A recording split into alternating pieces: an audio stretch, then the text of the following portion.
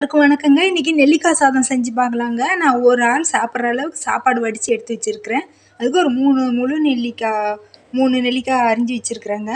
புளிப்புக்கு தகுந்த மாதிரி சேர்த்துக்கலாம். 2ஓ 3ஓ நம்ம இஷ்டத்துக்கு. 4 பச்சை மிளகாய் எடுத்து வச்சுருக்குறேங்க. ஒரு சின்ன துண்டு இஞ்சி. இதை ஜாரில் ஒரு சுற்றி எடுத்துக்கலாங்க. பாத்திரத்தில் 3 ஸ்பூன் தேங்காய் எண்ணெய் விட்டுருக்குறேங்க. 1/4 ஸ்பூன் கடுகு, 1/2 ஸ்பூன் கடலைப்பருப்பு, 1/2 ஸ்பூன் உளுந்தம்பருப்புங்க. இப்போ இதை சேர்த்துக்கலாம். கடுகு பொரிஞ்சிடுச்சுங்க. ஒரு 5-6 சீரகம் போட்டுக்கிறேன். ஒரு 6-7 முந்திரி பருப்பு உடச்சி வச்சுருக்குறேங்க. இது போட்டுக்கலாம். கொஞ்சம் சேர்த்துக்கலாம்.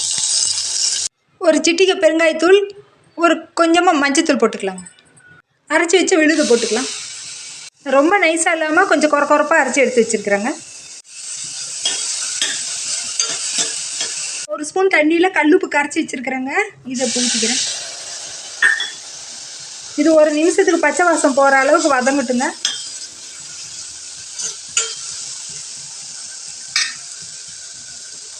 கொத்தமல்லி தழை கொஞ்சமாக தூவிக்கலாம்.